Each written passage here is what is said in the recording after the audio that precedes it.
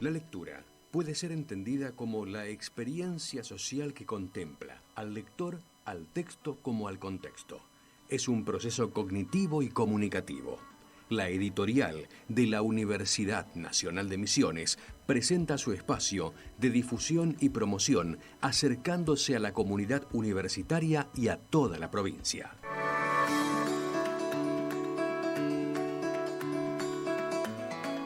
Libros, novedades, materiales de cátedras, tesis y ciclos de colecciones. Ahora, sus autores tienen la palabra.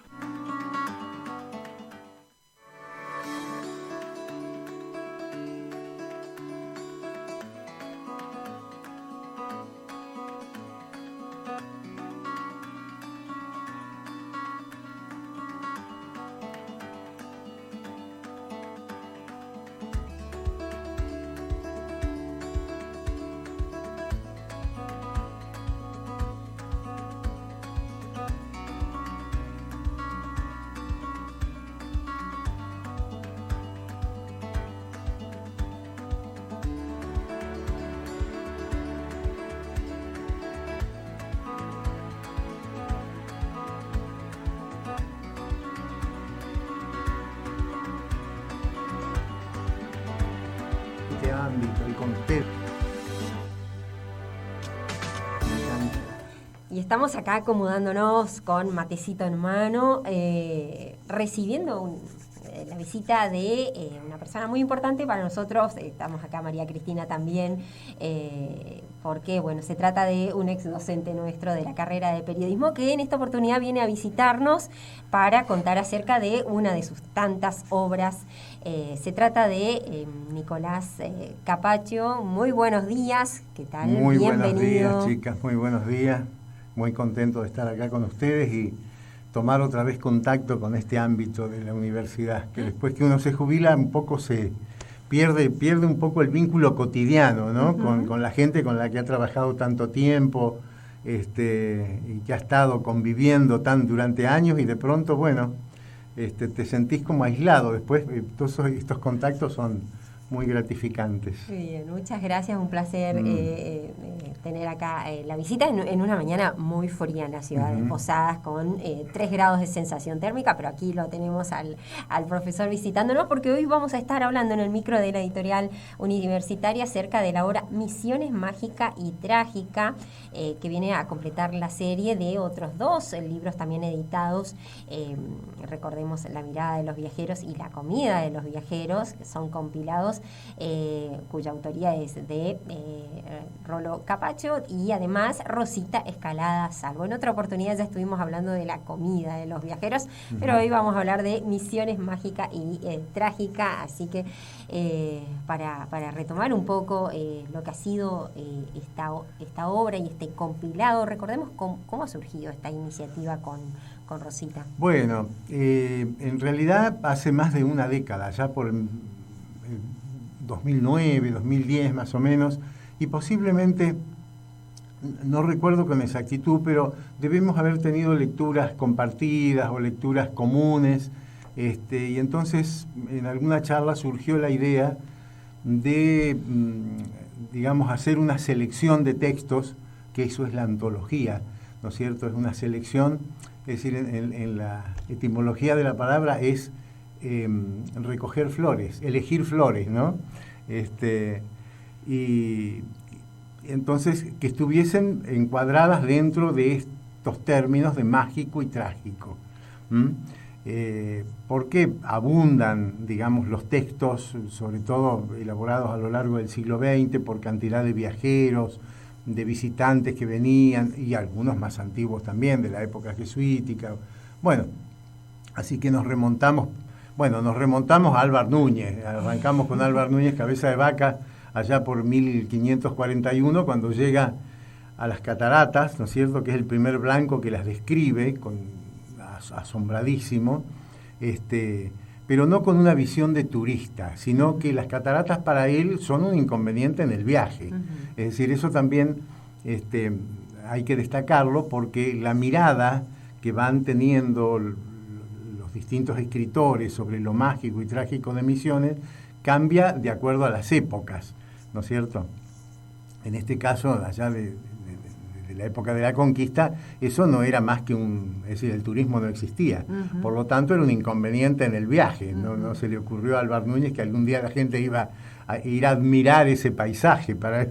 Era un incordio en el viaje, nada más. Bueno, pero hay una descripción muy buena que hace del esfuerzo para transponerlas y de los indígenas que se juntan en la desembocadura del Iguazú con el Paraná, en lo que es el hito Tres Fronteras ahora, porque están asombrados de ver esa gente extraña, qué sé yo, y bueno, y ellos les hacen regalos, y entonces ese primer contacto muy extraordinario, ¿no es cierto?, que tiene lugar allí. Ellos le obsequian cosas, utensilios, así que yo, cuchillos, vidriecitos, cosas, y los indios quedan, y describe los indígenas, que son los guaraníes de aquella época, pintarrajeados, ¿no? Todos pintados y con plumas. Bueno, y después empieza el paso del Paraná en canoa, y allí en ese traspaso que en 2 horas terminan de pasar, la centena de hombres más o menos, en canoas que las acoplan de a 2 y las cruzan, y uno de los soldados se cae y se ahoga. Yo siempre imaginé que capaz que venían con las armaduras y todo eso. Ajá, en claro. Cuanto cayó al agua se fue al fondo. Bueno, y entonces describe Álvar Núñez diciendo que uno de ellos, totalmente anónimo, si no da nombre ni nada, se sumerge y nunca más pareció, dice, es decir, no apareció nunca más. Y esa desaparición del soldado ese español en el cruce ahí del Paraná, en el hito Tres Fronteras, yo lo recupero después para hacer Sumido en Verde Temblor, una novela que escribí muchos años después, que ya había escrito antes, digamos, porque la lectura esta la tenía hecha, donde recupero a ese español perdido que no se ahoga, sino que aparece aguas abajo, pero ya sin contacto con los suyos y en una tribu indígena, y bueno, allí tiene sus aventuras, ¿no? Le das continuidad. Sí, me dio lástima porque, que se muriera, que desapareciera. ¿Y cómo fue la metodología? Bueno, porque realmente es sumamente interesante poder recuperar esos relatos. Entonces yo hago referencia, digamos, a esta primera inclusión de una narrativa vinculada con el paisaje misionero, pero después empiezan a aparecer muchos textos, aparecen los textos de Ruiz de Montoya, por ejemplo, que son realmente fantásticos, porque creo que lo fantástico emanaba de lo impenetrable, digamos, del paisaje, ¿no es cierto? La selva, esa cosa opresiva, esa cosa misteriosa, entonces que no se conoce, y donde hay peligro siempre acechante, entonces todo eso genera en los textos una cosa muy particular, es decir, la flora y la fauna que ahora son contempladas de manera pacífica, tenían sobre ellas una visión diferente, algo siempre estaba por comerse a alguien ahí, ¿no es cierto? Bueno, entonces, por supuesto que teníamos ambos ya lecturas realizadas desde hacía mucho tiempo, como estos textos que menciono, de Álvar Núñez, o lo de Ruiz de Montoya, de aquella época, y después, y otros más actuales también, pero después empezamos, ya una vez que determinamos que debían los textos girar sobre lo mágico y lo trágico, una indagación de cosas no leídas por nosotros o mencionadas por otros autores, y entonces recurrimos, por ejemplo, a la Biblioteca Popular. Después están siempre los amigos a los que uno les comenta y en su biblioteca, pero yo tengo un libro que habla de, y entonces, bueno, se va armando toda una trama en función de lo que uno busca, ¿no? Y lo que lleva bastante tiempo, de búsqueda y de lectura, y después de textos que se adecuen, ¿no es cierto?, a la consigna de lo mágico y lo trágico. Así que nos llevó como más de un año posiblemente, hasta que más o menos conformamos ahí lo que iba a ser el futuro libro, y finalmente salió. Con unas ilustraciones muy lindas, que hizo un muchacho, Mauro Liruzzi, muy, muy sugestivas las imágenes que tiene el libro, de un yaguareté, de víboras, de la selva, de paisajes de la época de la conquista, muy, muy, muy buenas, de una elaboración fantástica, y que se avinieron muy bien, digamos, para ilustrar esta antología, ¿no? Bueno, así que más o menos por ahí anduvo la cosa en cuanto a la búsqueda. Pero, sí. Y como para completar esto, porque decíamos que en otra oportunidad también habíamos charlado, pero para completar lo que es esta antología, por ahí brevemente recordar eso de la mirada de los viajeros, que era... Bueno, ahí después que hicimos esta antología de mágica y trágica, por supuesto nos llevó a una cantidad de lecturas o de autores, algunos conocidos, pero el resto de sus obras no conocíamos y otras desconocíamos. Entonces, después de haber sacado esta antología, dijimos, pero vos fijate la visión que han tenido a lo largo del tiempo, ¿no es cierto?, la gente que venía a recorrer esta zona. Qué lindo sería hacer otra antología sobre esa mirada, ya no sobre lo mágico y lo trágico, sino la descripción del viaje, del paisaje, de las circunstancias, sobre todo, porque esta fue una región, comparada con otras del país, que tuvo una, digamos, permaneció en cierto desconocimiento hasta allá adentrado el siglo XX, porque, digamos, el noroeste, por decirte algo, ¿no? Pero ya desde la época de la colonia, por ejemplo, en las guerras, había un tránsito en la frontera de Salta y Jujuy con Bolivia, ya desde la época de los incas, pero acá esta región, sobre todo la misionera, era de muy difícil acceso, ¿no? Bueno, cuando uno piensa que hasta la década del 80 del siglo pasado, para venir en auto tenías que tomar 2 balsas, cruzar en 2 balsas, hacer todo un viaje. Bueno, en aquella época la única forma era llegar por los grandes ríos, ¿no es cierto? No había caminos.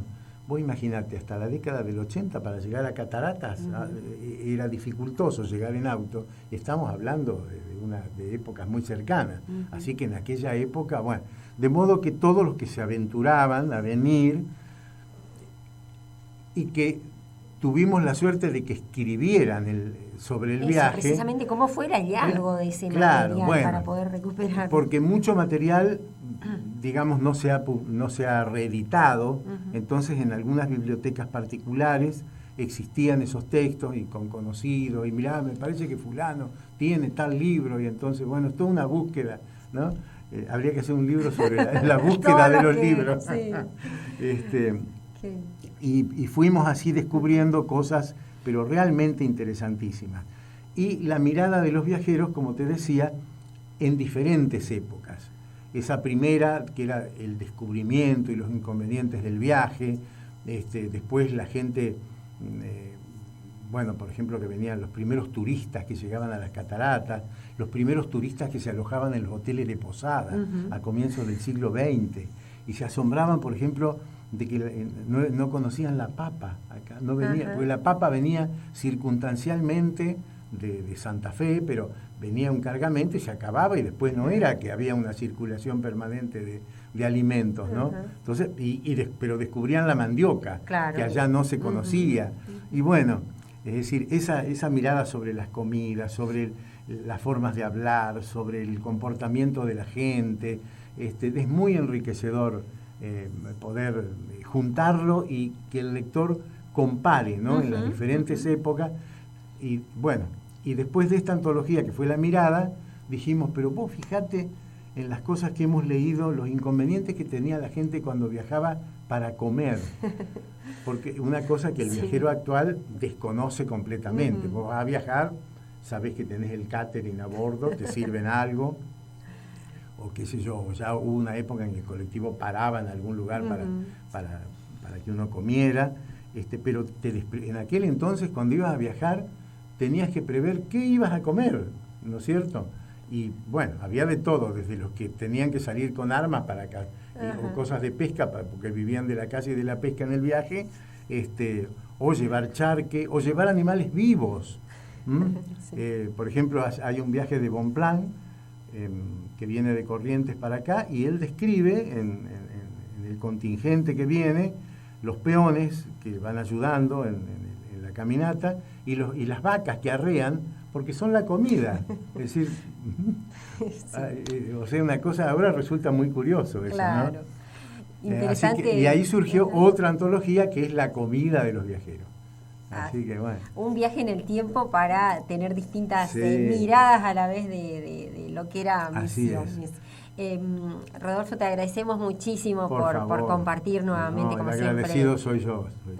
Estamos con Rodolfo Nicolás Capacho, quien ha sido docente en la carrera de periodismo, también fue director de esta carrera, director de la editorial de la universidad. Y director de la editorial también, sí, entre 1998 y 2006.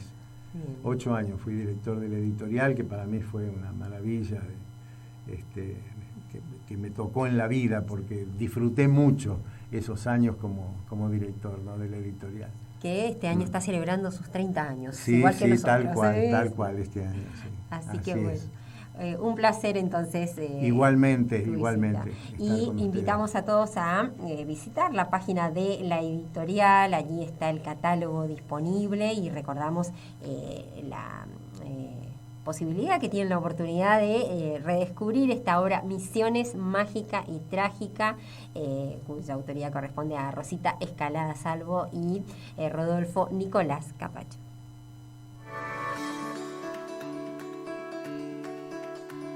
Editorial de la UNAM, integrante de la Red de Editoriales Universitarias Nacionales REUN, una editorial que brilla con luz propia.